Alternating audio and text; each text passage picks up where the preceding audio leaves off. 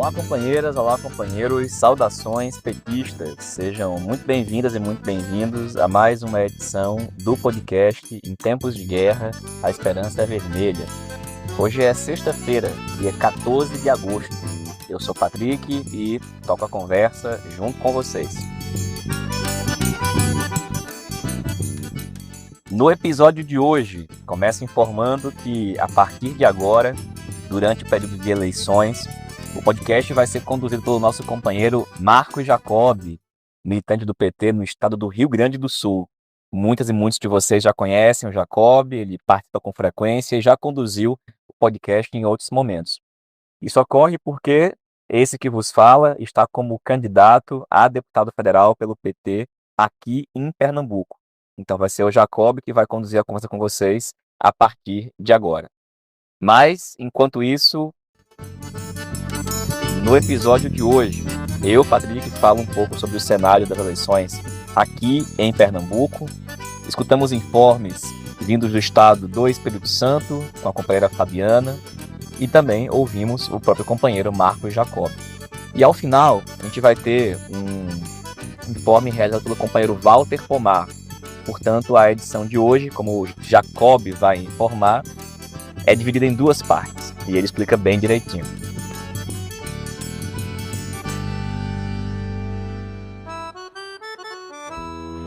Valeu, Patrick. É uma grande honra substituir você durante o período eleitoral.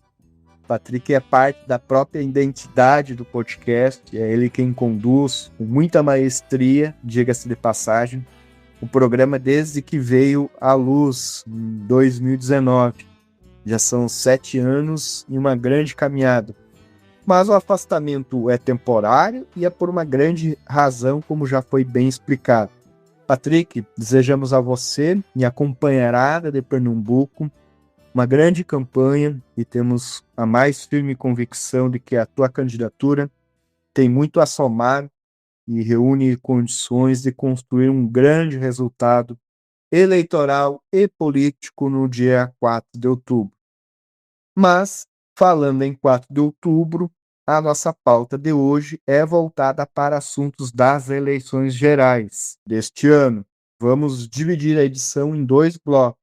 Um deles com informes, que inclui um apanhado geral que faremos das candidaturas do PT, um informe da companheira Fabiana Rocha sobre o cenário eleitoral no Espírito Santo, um terceiro informe do próprio companheiro Patrick, que atualiza a situação em Pernambuco. No segundo bloco, escutaremos o companheiro Walter Pomar, que analisa o programa de governo da campanha Lula, que foi registrada no TSE na última semana. Pessoal, neste domingo, dia 16 de agosto, como todos devem saber, é dada a largada para a campanha oficial das eleições 2026. Serão 50 dias, ou, se preferirem, 7 semanas para conquistarmos a reeleição do presidente Lula, elegermos governadores e senadores do PT e da esquerda e ampliarmos as bancadas de deputados federais e estaduais do nosso partido.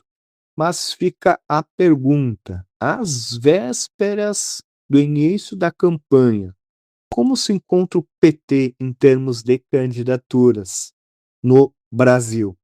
Bom, faremos um breve panorama para que nossos ouvintes tenham uma ideia da envergadura da participação do PT no processo eleitoral. Além da presidência da República, o PT disputa o governo do Estado com candidaturas a governador ou governadora em 12 das 27 unidades federativas, unidades que são formadas pelos 26 estados e o Distrito Federal. Repetindo, das 27 unidades, teremos candidatura própria a governador ou a governadora somente em 12. E quem são os nossos candidatos e candidatas?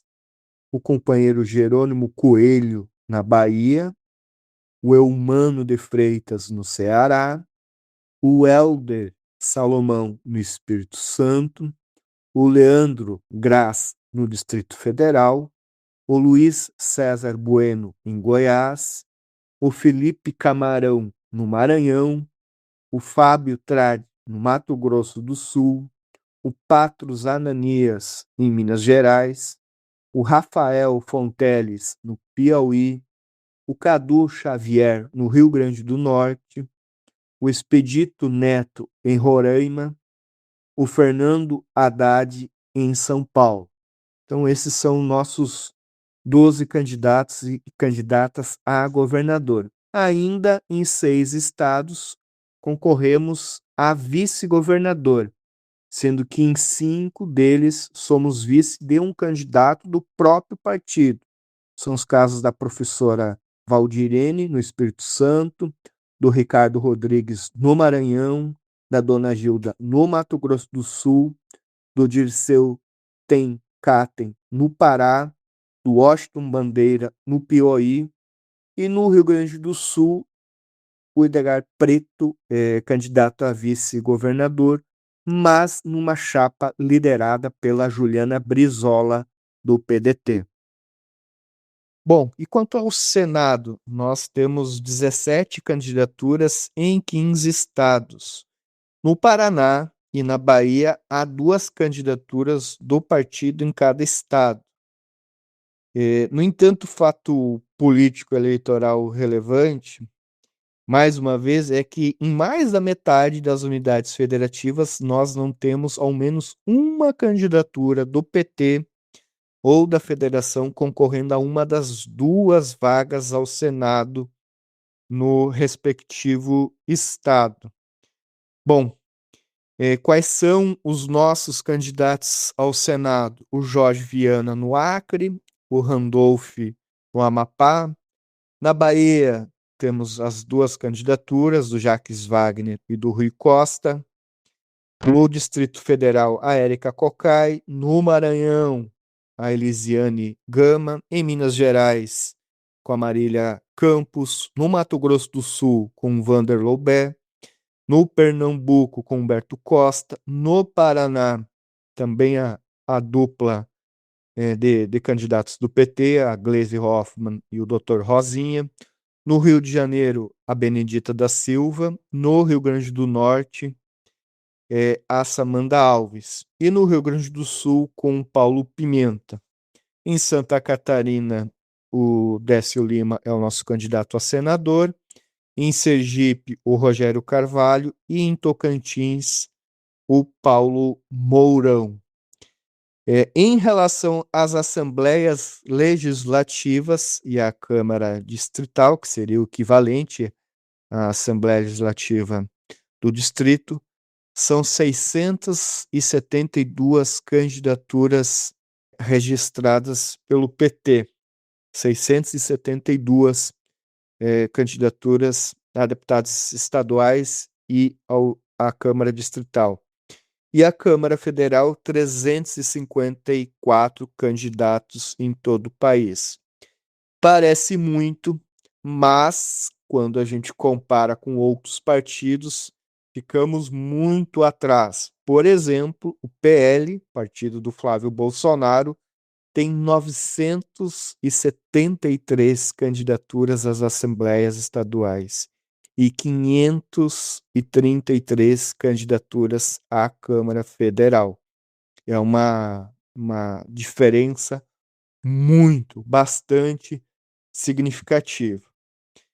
Como os registros se encerram amanhã às 19 horas, pode haver ainda alguma pequena variação nestes números. Mas esse é o desenho geral das candidaturas do PT nos mais diversos níveis destas eleições gerais de 2026. E falando em disputas eleitorais nos estados, daremos continuidade aos informes que vinham sendo realizados nas últimas edições sobre a situação eleitoral nas mais diversas regiões do nosso país. E para falar sobre a situação do Espírito Santo, nós vamos escutar a companheira Fabiana Rocha, que é dirigente do partido no estado. Fala, Fabiana. Boa tarde, companheiras e companheiros. Atendendo aí o convite do Jacob, venho aqui trazer algumas informações sobre o processo eleitoral no Espírito Santo, né, e como está posicionado não apenas o partido, mas também a nossa corrente, a articulação de esquerda. Bom, aqui em nosso estado, depois de muitos anos, o partido entra no processo eleitoral com uma candidatura para valer. É uma candidatura pensada, construída, coletivamente, primeiramente dentro do campo do qual nós fazemos parte aqui, que é o campo para voltar a sonhar, que aqui no Espírito Santo é composto pelos companheiros da articulação de esquerda, por nós da articulação de esquerda, pelos companheiros da DS e os companheiros da RS, a corrente aqui representada pelo deputado federal Helder Salomão. E temos um grupo local chamado Democracia e Participação, que é um grupo do município de Cariacica que também compõe, esse campo. No campo, já vínhamos discutindo a construção de uma candidatura majoritária nos últimos 3 anos, e dentro da nossa discussão, o nome para essa candidatura majoritária era do companheiro Helder Salomão, que é o deputado mais votado do estado do Espírito Santo. E dentro das nossas discussões e construções, com a ida do Helder para governador, a companheira Irine Lopes subiria para disputar uma vaga de federal, né? Em substituição ao Helder. Seria a candidatura nata.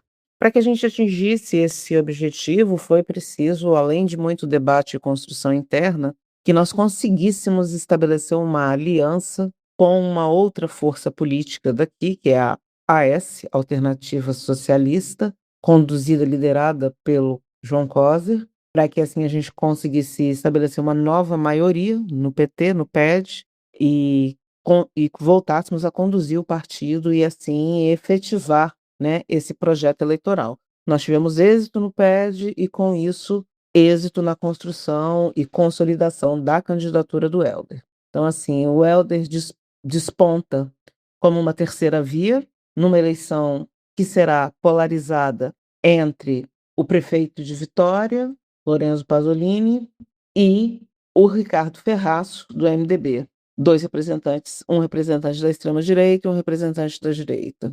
Os dois com laços muito profundos na extrema-direita. E o Helder entra aí como um tercius, né? Como a terceira via, numa campanha crescente, com a nossa militância extremamente envolvida e animada, como há muito não se via no PT do Espírito Santo. Então, nós teremos candidato chapa completa, né?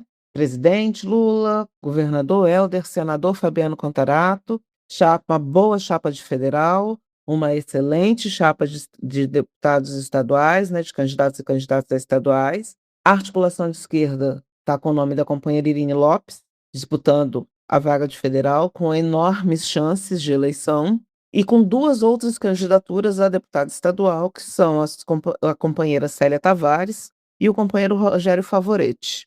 Os dois também com chances eleitorais.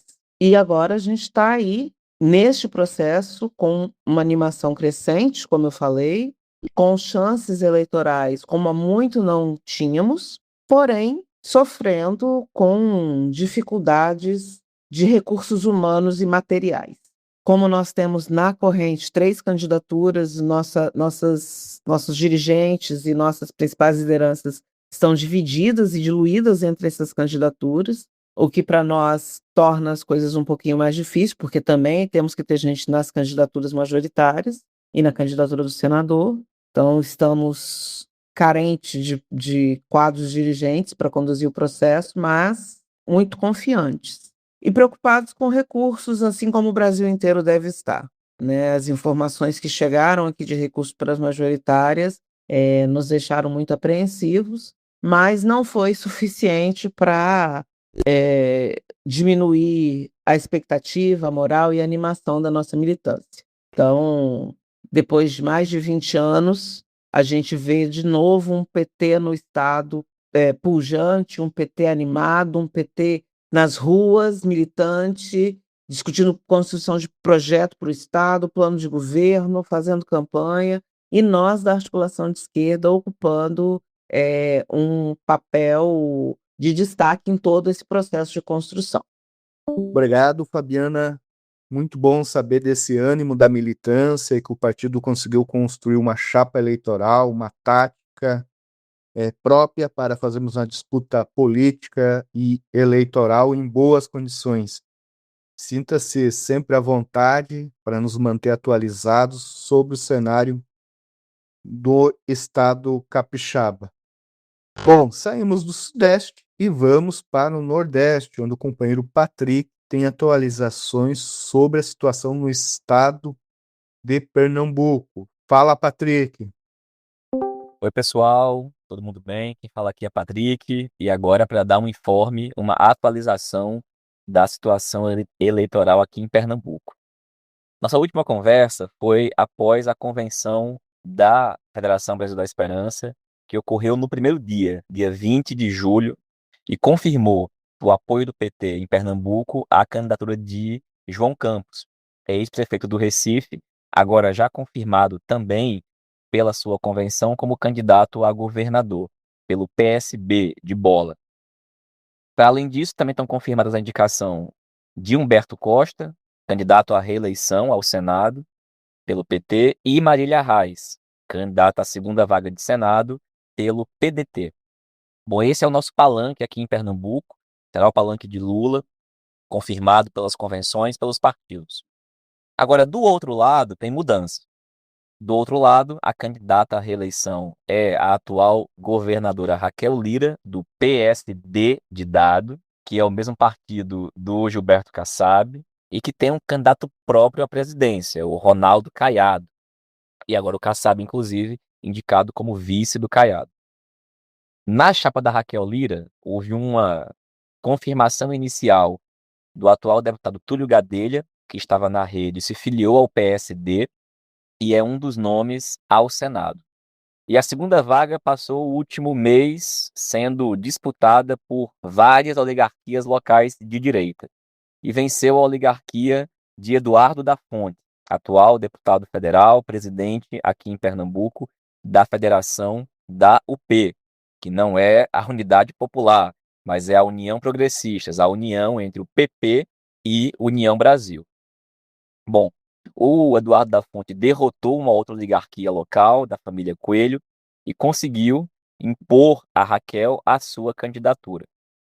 A consequência disso é que a extrema-direita também se mobilizou, inclusive com o apoio dos derrotados, dos Coelhos, e lançaram uma terceira candidatura que apoia Raquel Lira ao Senado, o ex-ministro da Educação dos governos Temer, Mendonça Filho, que já foi do PFL, Democrata, União Brasil, e hoje representa o bolsonarismo mais escancarado aqui em Pernambuco.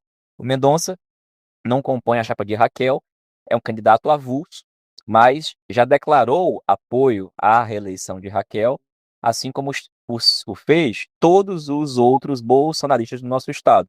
O palanque de Raquel hoje é o palanque de Flávio Bolsonaro, mesmo que ela não verbalize isso. Mas absolutamente todos eles estão no seu palanque. Então, esse é o cenário de Pernambuco atualizado após o nosso último informe. Mas tem uma segunda questão muito importante que também merece uma observação e um comentário nosso. Apesar do palanque de Raquel ser o palanque do bolsonarismo explicitamente, existe um setor do nosso partido, do PT, que tem feito movimentações em relação a apoiar Raquel e o seu palanque. A bem da verdade, ao longo de todo o seu governo, representantes da nossa bancada na Assembleia Legislativa votaram a favor do governo. Mesmo que o PT tenha aprovado a resolução dizendo que nós somos oposição ao governo de Raquel, a nossa bancada, por diversas vezes, contra a orientação do partido, votou a favor dos projetos de Raquel. E agora existem ainda pelo menos um deputado estadual que abertamente fala sobre apoio à reeleição de Raquel. Agora tem um caso em particular, que é o caso do agora presidente licenciado do PT de Recife, Osmar Ricardo. O Osmar é atualmente vereador em Recife e é vereador graças a uma ação de Raquel Lira, uma vez que Osmar não conseguiu se eleger vereador e ficou na suplência. E para que ele pudesse assumir o seu mandato, o governo do estado convocou um vereador do PV, de outro partido, para assumir um cargo no governo, para que ele pudesse tornar-se vereador. Existe, portanto, um débito dele com a governadora. Esse absurdo que aconteceu se deu ao longo das últimas semanas, quando Osmar Ricardo, depois de diversas declarações públicas defendendo o apoio do PT a Raquel, convocou uma reunião da direção municipal do PT em Recife e apresentou não esse motivo, mas disse apenas que, por motivos pessoais, estava pedindo licença da presidência do partido. Bom, mas é evidente o motivo pelo qual ele ia fazer isso. E nessa reunião, a representante da tendência petista, articulação de esquerda, presente na reunião, votou contrária. Foi o único voto contrário ao afastamento de Osmar. Porque é um afastamento para apoiar o palanque da extrema-direita em Pernambuco. É disso que se trata. É uma conduta absolutamente inaceitável.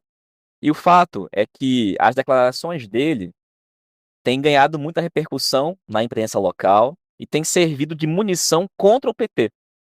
Essa posição de Osmar, que também é presente em outros, mas que ele é o principal representante, não dá conta da posição aprovada pelas instâncias do partido, pela direção estadual, executiva, pelo GTE e pela convenção partidária.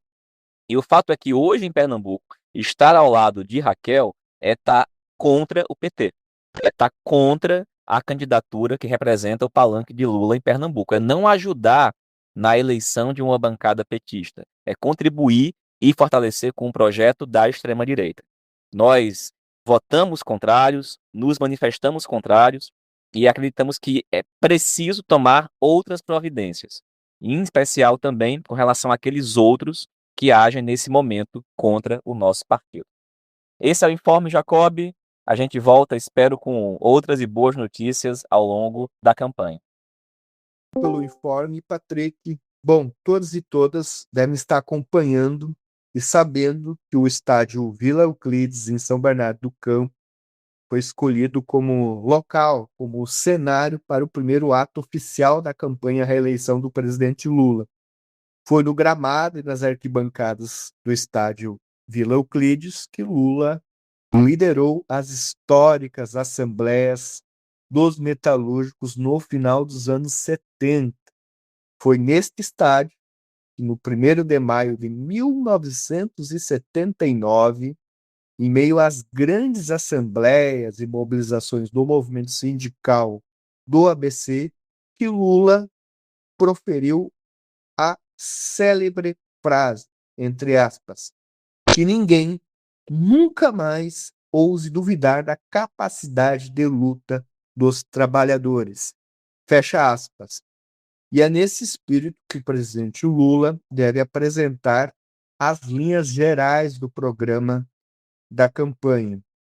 Contudo, o programa já está inscrito no TSE e é possível, inclusive, acessá-lo. Para fazer uma análise do programa inscrito, convidamos o companheiro Walter Pomar, que é bastante conhecido da casa e é professor, diretor da Fundação Perseu Abramo, para, nesse segundo bloco da edição de hoje, fazer uma análise do documento. Fala, Walter.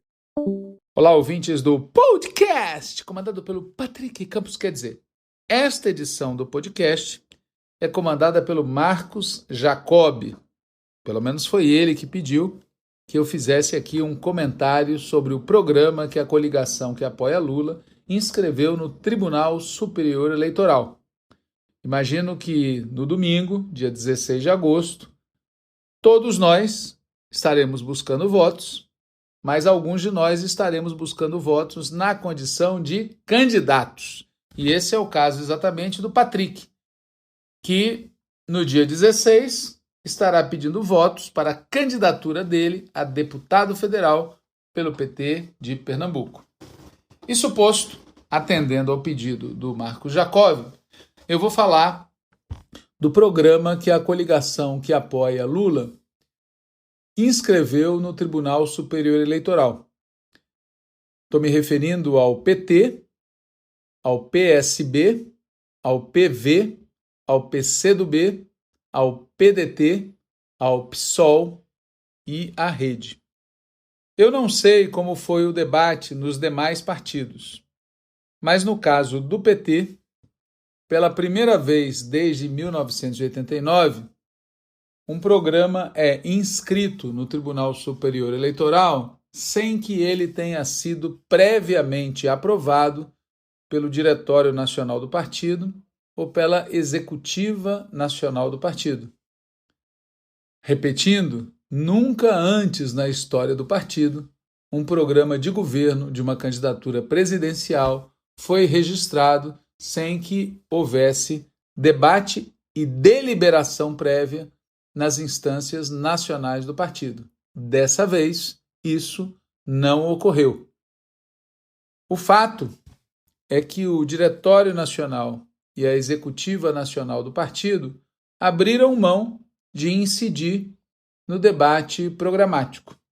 Não é que não tenha havido algum debate. Houve um processo de escuta, de consultas, de reuniões, houve comissões, houve até uma plataforma onde as pessoas podiam fazer sugestões. Mas, no limite, a decisão sobre o que entrou e sobre o que não entrou no texto protocolado no Tribunal Superior Eleitoral não foi de nenhuma instância partidária. Algumas pessoas dizem que a decisão final foi do presidente Lula, que afinal de contas é nosso candidato. Outros dizem que a decisão passou pelo governo, não sei exatamente quem do governo, mas o fato é que isso não foi assim só agora. Foi assim também em 2006, em 2010, em 2014. E naquelas circunstâncias havia presidente ou presidenta, havia governo, mas mesmo assim o partido, o Diretório Nacional do Partido, deliberou, debateu, votou e decidiu. E dessa vez decidiram pular a parte da deliberação partidária e foram direto para esse método monocrático, digamos assim. Aparentemente monocrático. Algum dia vai se contar a história de elaboração deste programa. Esse método tem uma consequência ruim, na minha opinião. Porque, claro que ter um programa ótimo não garante nada. Mas isso não deve nos levar à postura cínica, segundo a qual tanto faz aquilo que o programa diz.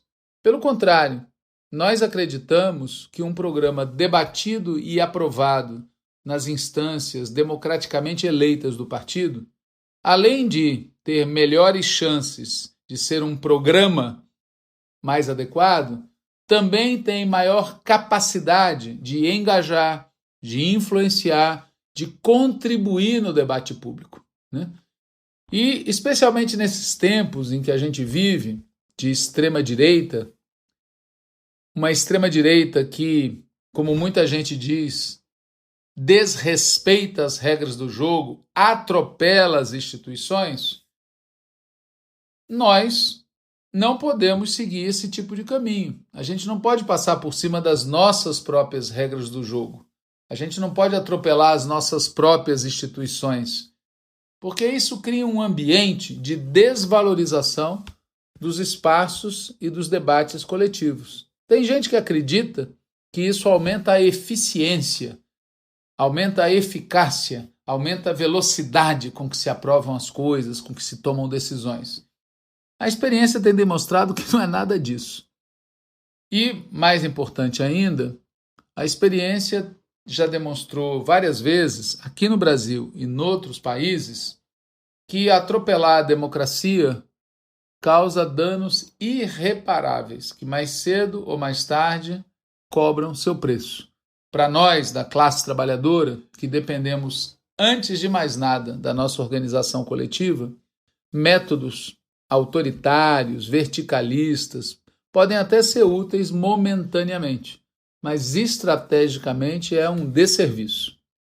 Falo tudo isso para repisar especialmente levando em conta aquilo que o presidente nacional do PT, o Edinho, vive falando, ele vive defendendo as instâncias, a democracia, etc.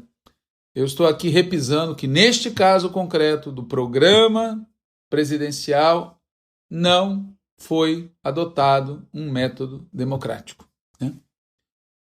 Seja como for, o programa está inscrito. E o debate sobre ele continua.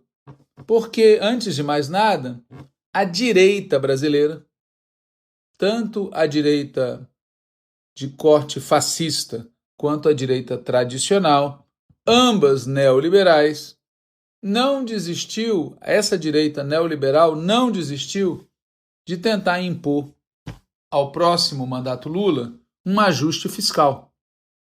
É só ler, dia sim e dia também, artigos de opinião, editoriais, textos publicados pela grande imprensa, mas também repercutidos nas rádios, nas televisões, nas redes sociais, dizendo que o governo Lula é gastador e que é preciso fazer um ajuste fiscal. Em outras palavras, querem que em 2027 se repita aquilo que foi feito em 2015, naquela época, pelo Joaquim Levy. Quem tiver dúvida a respeito disso, leia o editorial do jornal O Estado de São Paulo, publicado no dia 11 de agosto, que mete o sarrafo no programa do presidente Lula. Teve gente no partido que comemorou esse editorial, achando que isso é a prova de que o texto protocolado está na linha justa.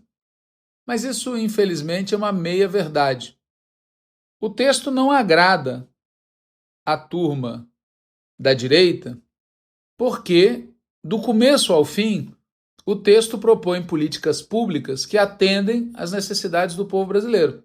A gente pode querer que houvesse mais políticas, a gente pode até achar que algumas das políticas deviam ser diferentes, mas a verdade é que, do início ao fim, o programa protocolado no TSE pela candidatura Lula propõe políticas públicas que atendem às necessidades do povo brasileiro. E é por isso que a gente defende esse programa, é por isso que a gente faz campanha para reeleger o Lula, e é por isso que esse texto não agrada os porta-vozes do grande capital. Mas, muita atenção, o fato da direita nos atacar não quer dizer que a gente está no caminho 100% correto. Basta lembrar do passado recente, basta lembrar dos governos Lula I, Dilma II, para citar só esses casos. E, nesse passado recente, houve inúmeras situações em que nossas escolhas não foram as melhores. Os inimigos deram porrada a si mesmo, mas as nossas escolhas não foram as melhores e não foram suficientes para nos levar por um caminho de vitórias. Assim sendo, é muito importante que todo mundo que está ouvindo esse podcast leia o texto que está disponível nas redes sociais, na página do PT, na página da campanha, leia e debata. E é sobre isso que nós vamos falar em seguida. A gente vai falar um pouco, não dos pontos fortes do programa, porque, como eu já comentei, o ponto forte dele é que, do começo ao fim, ele apresenta políticas em defesa do povo brasileiro. Nós aqui, nesse podcast que circula na militância, vamos falar dos problemas e das lacunas. E vamos falar disso porque, na nossa opinião, os problemas e as lacunas desse texto, se não forem corrigidos, vão impedir que o próximo mandato do presidente Lula implemente tudo que de positivo o programa tem. Dizendo de outro jeito, o programa apresenta uma série de medidas que só serão implementadas se o próprio programa for corrigido. Bom, para quem já leu, repito aqui que o texto protocolado no TSE, ele tem como nome Diretrizes para o Programa de Transformação do Brasil, um país soberano, democrático, desenvolvido, sustentável e criativo. O texto contém uma introdução e depois contém 13 diretrizes. Eu vou ler aqui o título dessas 13 diretrizes. Fortalecer a democracia, a participação social e modernizar o Estado. Combater as desigualdades. Proteger a vida com uma segurança pública mais eficiente e integrada. Garantir o direito à educação para transformar vidas e o país. Fortalecer a saúde com equidade, inovação e soberania. Ampliar o acesso à cultura e ao esporte como vetores de transformação social. Fortalecer o direito à cidade. Promover uma economia mais sustentável, produtiva e digital para todas e todos. Segurança alimentar e produção agrícola. Ampliar a segurança energética e liderar a transição para uma economia de baixo carbono. Promover a sustentabilidade ambiental e climática. Valorizar o trabalho em suas múltiplas formas. E, ponto 13, defender a soberania nacional e o protagonismo internacional do Brasil. Tudo isso, como eu disse, vem depois de uma introdução intitulada Compromisso com o Projeto de Nação.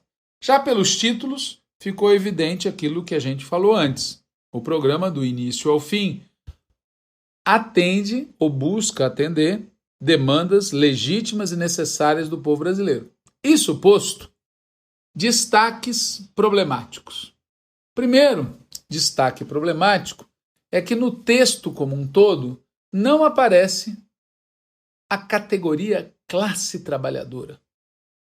É curioso, porque o texto defende o fim da escala 6x1, defende a redução da jornada de trabalho para 40 horas sem redução salarial, mas não fala da classe trabalhadora. Fala do povo, mas não fala da classe trabalhadora. Curiosamente, aparece até o termo classe média, meio perdido, lá no ponto do texto que fala do Minha Casa Minha Vida, mas classe trabalhadora, que é bom, não aparece.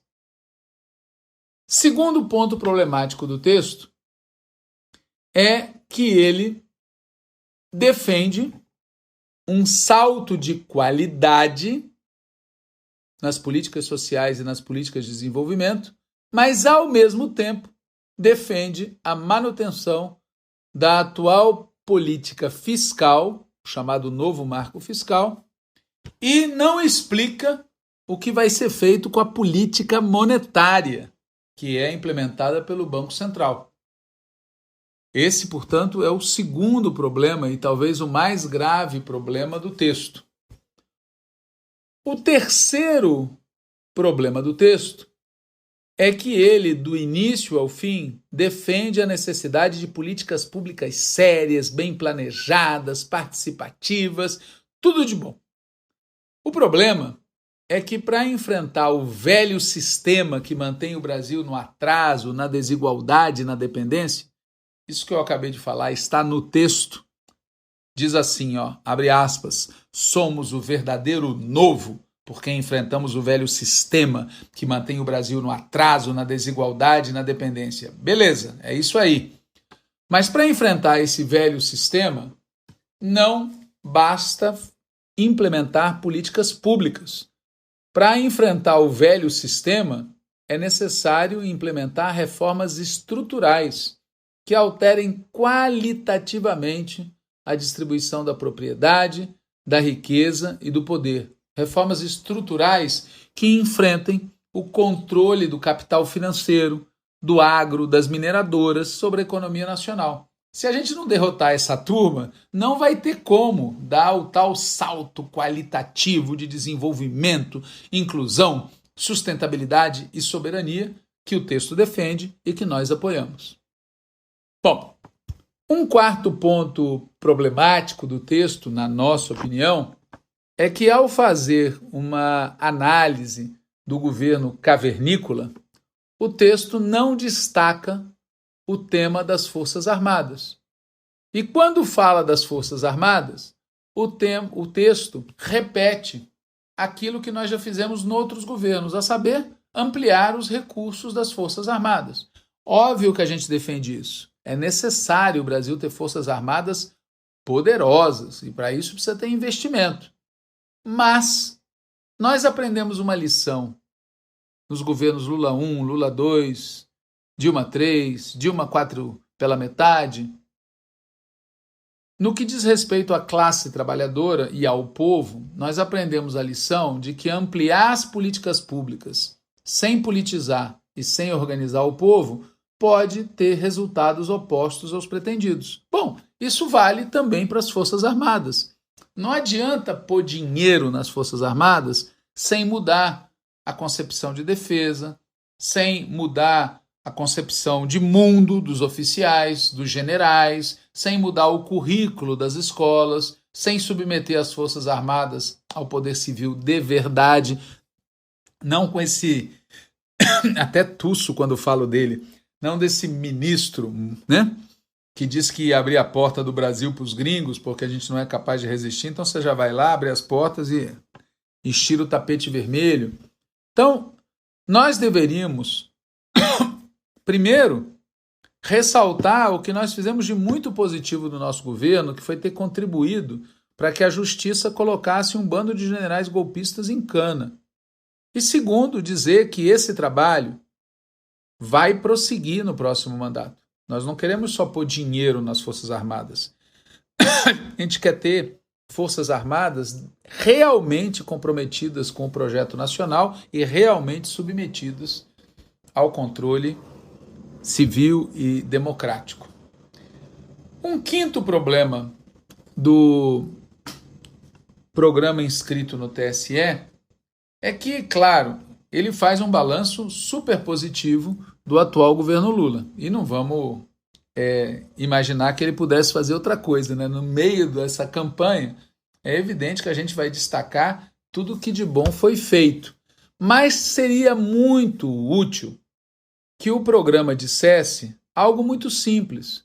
Desde 2015 até 2022, durante 7 anos, a economia brasileira foi perdendo potência. Portanto, aquilo que nós conseguimos fazer de 2023 para cá, não tem como recuperar todos os problemas causados durante 7 anos. Bastava dizer isso para poder dialogar com o sentimento real, tanto da militância quanto do povo, que não está satisfeita com a situação que o país vive. A gente costuma às vezes dizer, nossa, mas melhoramos tanto, por que tanta gente não está satisfeita? O motivo é muito simples. Não dá para recuperar em 3 anos e meio o estrago feito ao longo de 7 anos, pessoal. E isso precisava ser dito de alguma maneira para que a gente possa conversar com as pessoas que podem votar em nós, mas que têm uma visão crítica sobre como estão as coisas e não gosta de discurso triunfalista. Não gosta desses discursos que está tudo muito bem, está tudo muito bom, está tudo maravilhoso.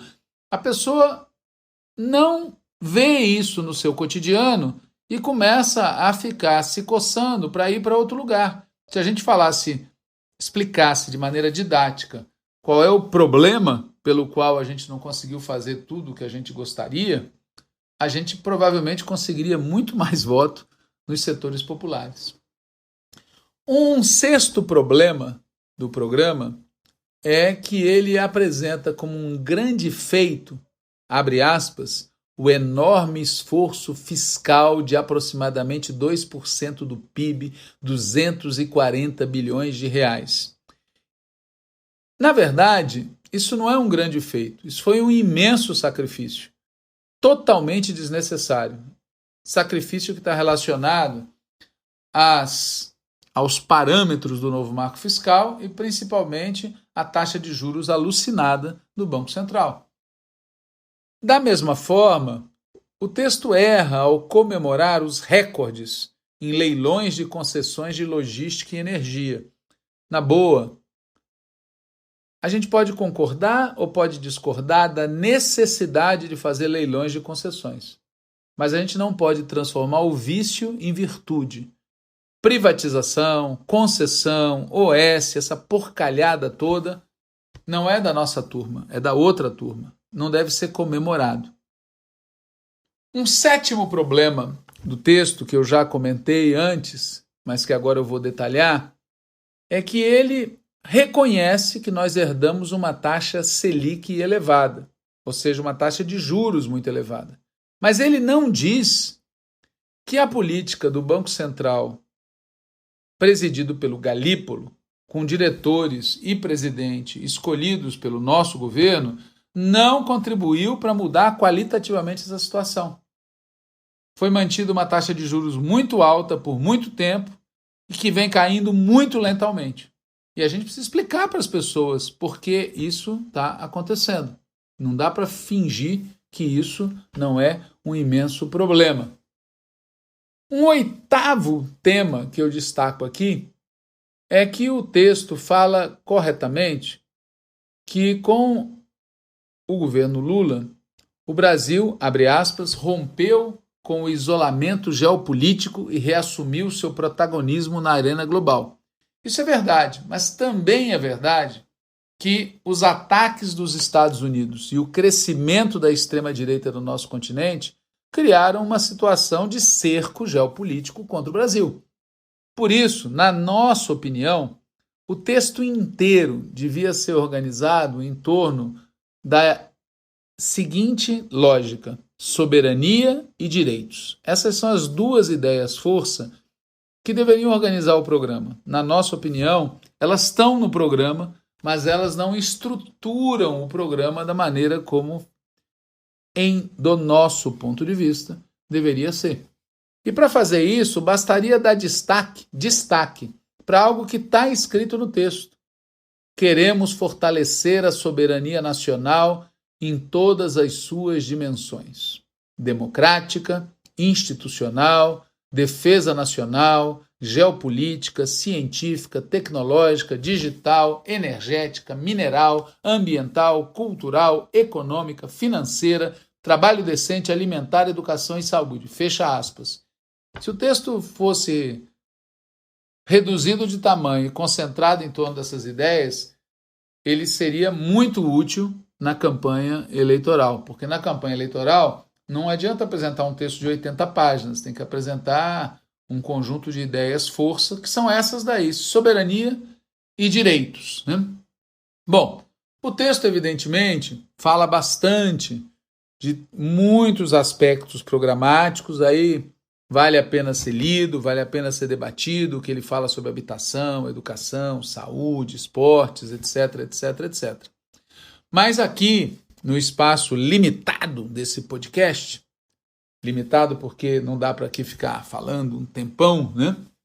Eu vou destacar daquilo que o texto propõe alguns aspectos que mereciam mais atenção. Por exemplo, o texto diz que uma reforma política e eleitoral é inadiável e propõe enfrentar uma grave distorção na elaboração e gestão do orçamento federal, a saber, o atual sistema de emendas parlamentares. Concordamos totalmente, mas o texto não diz qual o caminho para fazer isso. Na nossa opinião, o caminho passa pela mobilização em favor de uma Assembleia Nacional Constituinte, como, aliás, vários congressos do PT já apontaram. O texto fala que é preciso estimular o aperfeiçoamento do sistema de justiça. Na nossa opinião, o texto deveria falar que precisa de uma reforma no sistema de justiça. Não é só aperfeiçoar, né? Você aperfeiçoa uma coisa que está funcionando bem, você vai lá e dá uma melhorada. Não é verdade que o nosso sistema de justiça esteja funcionando bem, que só se trate de estimular o aperfeiçoamento. Aliás, é uma expressão meio atucanada, né? Estimular o aperfeiçoamento. Bom, o 11º ponto que eu queria ponderar é exatamente algo já comentado, que é a necessidade de elevar a taxa de investimento na economia, ou seja, nós temos que investir mais. E, para isso, nós precisamos enfrentar a taxa de juros. O texto diz que a taxa de juros promove concentração de renda e desorganiza a nossa economia. E diz que nós temos que criar as condições para uma redução sustentada das taxas de juros. Só que, depois de fazer esse diagnóstico correto, o texto diz que para atingir esse objetivo, ou seja, para baixar as taxas de juros, para elevar a taxa de investimento da economia, é preciso manter o novo arcabouço fiscal. Veja, o compromisso com a manutenção do novo arcabouço fiscal bloqueia esse prometido salto de qualidade e limita muito a neoindustrialização que o texto defende corretamente. É só ler as regras do novo marco fiscal para ver que é assim. E é só verificar o que aconteceu nos últimos 3 anos. Sem falar do problema que é o Banco Central e a taxa de juros. Veja, se a gente criar as condições para uma redução sustentada da taxa de juros, esse jeito de falar é tímido. Todo santo dia, por decisão do Banco Central, a gente é assaltado por essa taxa de juros brutal. Então, o nosso problema não é uma redução sustentada na taxa de juros, é acabar com o assalto. Um outro problema que o texto tem, na nossa opinião, é que ele também é tímido quando fala do tema dos minerais críticos e terras raras. Ele defende uma política específica para minerais críticos e terras raras. Na nossa opinião, o certo é adotar a mesma embocadura que no passado levou à criação da Petrobras. Essa mesma timidez aparece quando fala da soberania digital. O texto está certo, nós temos que garantir a soberania digital. Mas, para que isso ocorra, a gente precisa criar uma ou mais empresas públicas que compitam com as big techs estrangeiras.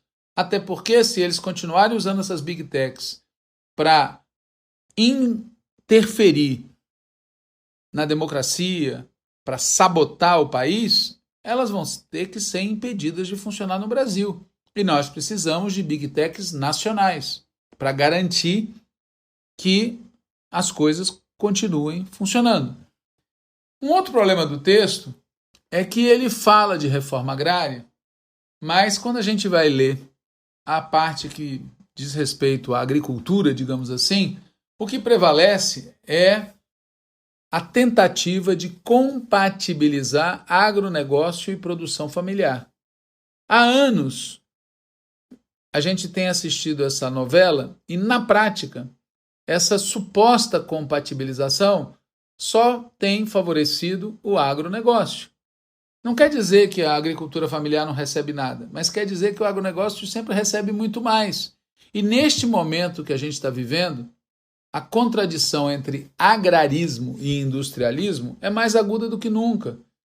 E o jeito de enfrentar essa contradição é, de um lado, investindo na industrialização, ciência e tecnologia, e de outro lado, fazendo reforma agrária e reduzindo o peso do agronegócio na economia nacional. Um 15º problema que eu queria apontar aqui é que o texto não aponta para a reestatização da Eletrobras, não aponta para a reestatização completa da Petrobras, não fala da revogação das contrarreformas trabalhista e previdenciária. O texto é curioso. Ele diz que o golpe contra a presidenta Dilma e a reforma previdenciária do governo Bolsonaro promoveram uma desorganização no sistema de previdência pública. E faz raciocínios similares quando fala do tema da energia elétrica, quando fala do tema dos combustíveis, quando fala do tema trabalhista. Ou seja, na hora de fazer o diagnóstico, o texto acerta. Só que na hora de propor medidas, ele é tímido. Por fim, o texto chama a atenção para o fato de que a defesa nacional exige forças armadas bem equipadas e uma indústria de defesa sólida. Nós estamos de acordo com isso, mas vamos lembrar do que foi dito antes. Para ter uma política de defesa e para ter uma política de formação dos militares que garantam forças armadas submetidas ao poder democraticamente eleito pelo povo, né? Bom, volto para encerrar aqui esses comentários a algo que foi dito no início, né? a gente precisaria ter destacado a classe trabalhadora. E o problema não é literário, o problema é político.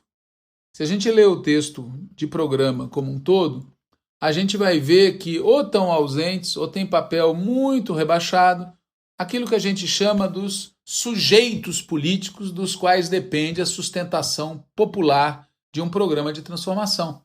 Como disse uma companheira, que eu estou aqui parafraseando, não tem trabalhadores, não tem mulheres, não tem negros, não tem indígenas, não tem setores populares como sujeitos políticos que demandam e conquistam direitos. Eles aparecem, mas em geral aparecem como beneficiários. Dito de outra forma, é como se o texto tivesse recebido uma certa abordagem meio tecnocrática, né? Que não tem nada a ver com a nossa tradição. Mas é uma decorrência, infelizmente, do método adotado para redigir o programa, né? Se o método tivesse sido o tradicional, seguramente esses protagonistas que vão dar a vitória para o presidente Lula e que vão sustentar o nosso governo teriam merecido o destaque adequado no texto do programa. E, evidentemente, para gente como nós, que acha que é preciso enfrentar o novo marco fiscal, que é preciso enfrentar a política de juros do Banco Central, nós sabemos que para fazer isso vai precisar ter conflito com o capital financeiro, com o agronegócio, com o capital transnacional, e para isso precisa ter força política e social.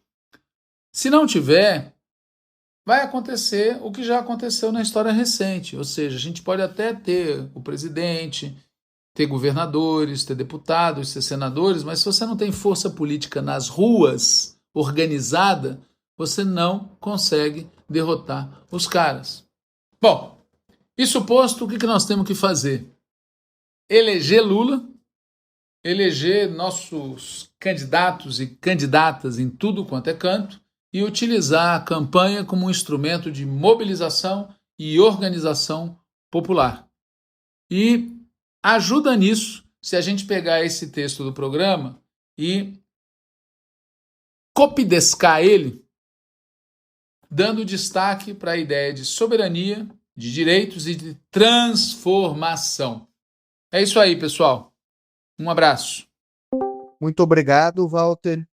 É um ótimo apanhado, apontando os acertos e os limites do programa. E essa análise feita pelo Walter também pode ser encontrada, em boa medida, em formato de texto, no site Página 13. Recomendamos aos ouvintes a sua leitura. Bom, não podíamos nos despedir do episódio de hoje sem antes lembrar do 100º aniversário de Fidel Castro, completados ontem, 13 de agosto. Como diz o sociólogo e companheiro Emir Sader, um texto publicado também no site Página 13, entre aspas, até a Revolução Cubana, a Revolução e o socialismo eram coisas distantes para nós, no Brasil e em toda a América Latina. Estávamos identificados com Lenin e com Mao, um fenômeno distante, asiático. Fecha aspas. Ou seja, a Revolução Cubana, além de todas as transformações sociais, econômicas e políticas que ela engendrou na realidade cubana, foi uma inspiração de luta, uma inspiração da luta revolucionária e socialista em todo o nosso continente. Bom, pessoal, com isso encerramos o episódio de hoje e nos reencontramos na semana que vem. Até lá, boa campanha e boa luta!